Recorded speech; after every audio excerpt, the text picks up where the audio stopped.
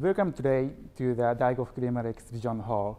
I'm going to share with you a little bit about what we do at the museum. At the museum, we talked about the radiation exposure of the Daigo Fukuryu Maru. Daigo Fukuryu Maru is a fishing boat that is exposed to nuclear testing in the Pacific Ocean. This is the Daigo Fukuryu Maru. So this is a real ship of the Daigo Fukuryu Maru that was exposed to nuclear fallout caused by nuclear testing in the Pacific Ocean. Daigo Fukuryu Maru was built soon after the end of the World War II. The event happened before sunrise on March 1st in 1954. It was 8 years after her construction when she was under operation for fishing tuna. A hydrogen bomb testing was conducted 106 kilometers away from the Daigo Fukuryu Maru. And 23 fishermen were exposed to radiation by the fallout which came from the explosion. So this hydrogen bomb, named as Bravo, and the first one that could be used in the practical war. So it is estimated that the bomb was 1,000 times more powerful than the atomic bomb dropped on Hiroshima. I'd like you to look at this small bottle. In this bottle, the nuclear fallout which fell on the Daigo Fukuryu Maru. The ash is made from coral leaf, and it piles up so thickly that it left footprints on deck.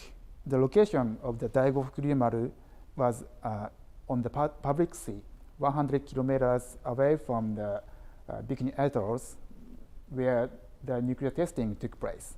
The US military created the danger zone around the Bikini Atoll, but the fishermen on the Daigo Fukuryu Maru did not know the area, and they exposed to fallout even though they were outside the zone. On board the Daigo Fukuryu Maru, there were 23 fishermen with an average age of 25.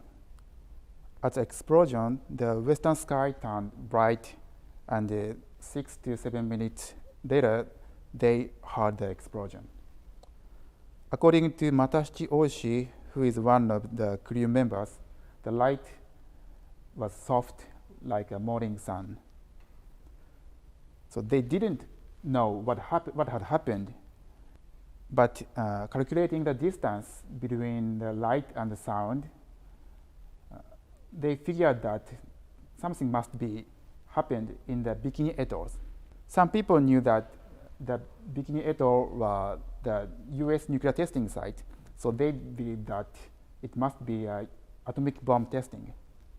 The ashes began to fall in 3 hours while they hurried to pull up the long lines.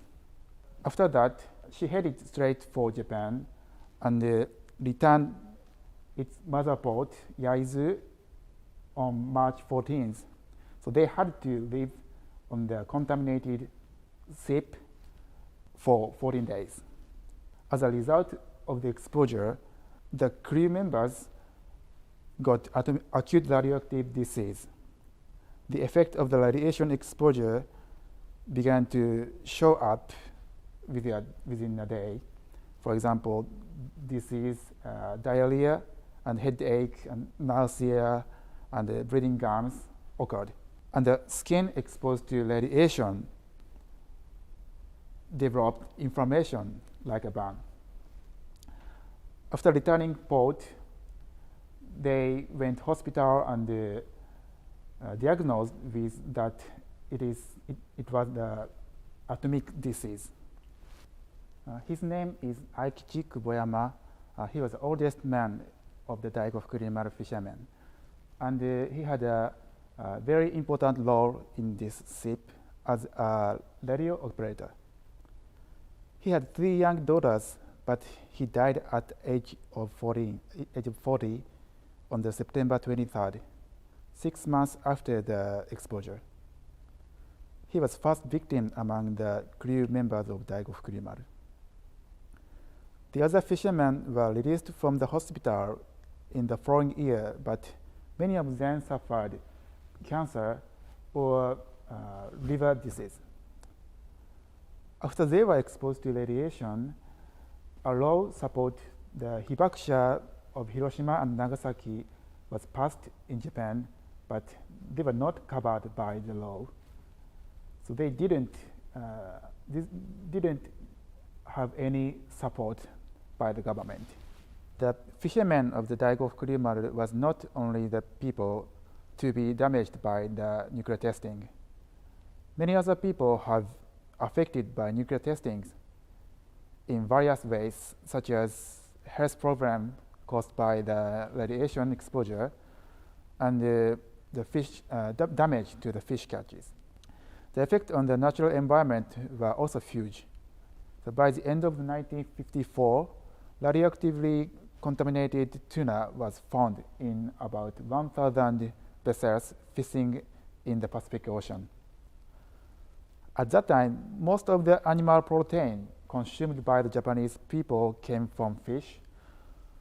So the hydrogen bomb test had a huge impact on the Japanese table.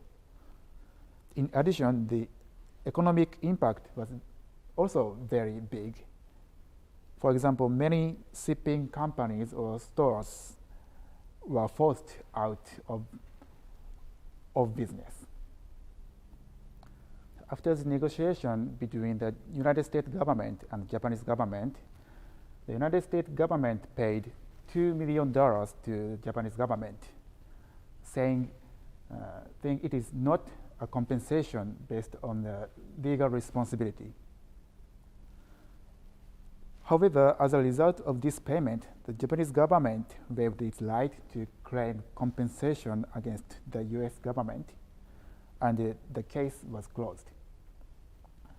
Fishermen of Daigo Fukuryu Maru received some money from this payment, and they had to live with the after effects of radiation exposure and discrimination from the people with the hard dress without any support.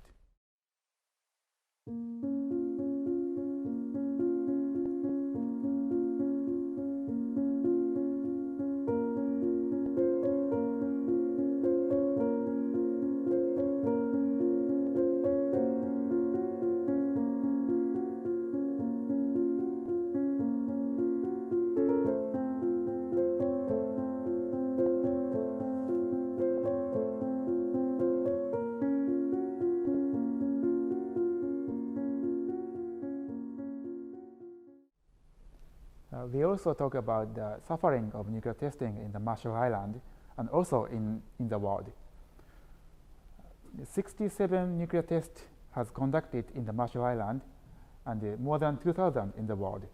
As the same as the Daigo Fukuryu Maru, the damage caused by the nuclear testing was not in the form of the health problem.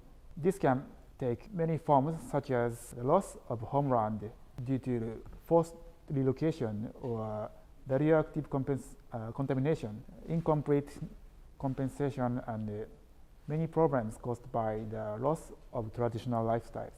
We show how nuclear testing had violated the dignity of the survivors from the perspective of respecting their human rights. Therefore, we believe that learning and paying attention to the nuclear testing in the world and its damage,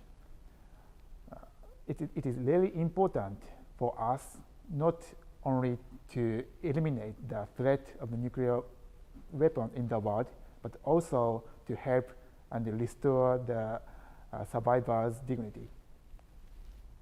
Today, the Daigo Fukuryu Maru is keeping in this museum by the Tokyo government. She was used as student training ship at the National University for Fisheries after 2 years examination and abandoned in the garbage site of Tokyo in 1967. The preservation campaign launched by the citizens, and many people struggled for the protecting the Daigo Fukuryu Maru. I am really grateful to people who work hard for its protection and creating the place where we can learn and communicate about the history of nuclear disaster. And one more thing that I have to talk is his name is Oishi Matashichi, who is the only person who had been delivered the experience of the Daigo Fukuryu Maru. I'm very sorry to say that he passed away in this March. We are keep continuing to the voyage of the Daigo Fukuryu Maru toward a nuclear-free future in the memory of him. So we are at the end of the visit. I hope you like it. The museum is located in a park 20 minutes by train from the Tokyo station. And the admission is free. So if you are visiting Tokyo, I hope you visit our museum. See you, take care.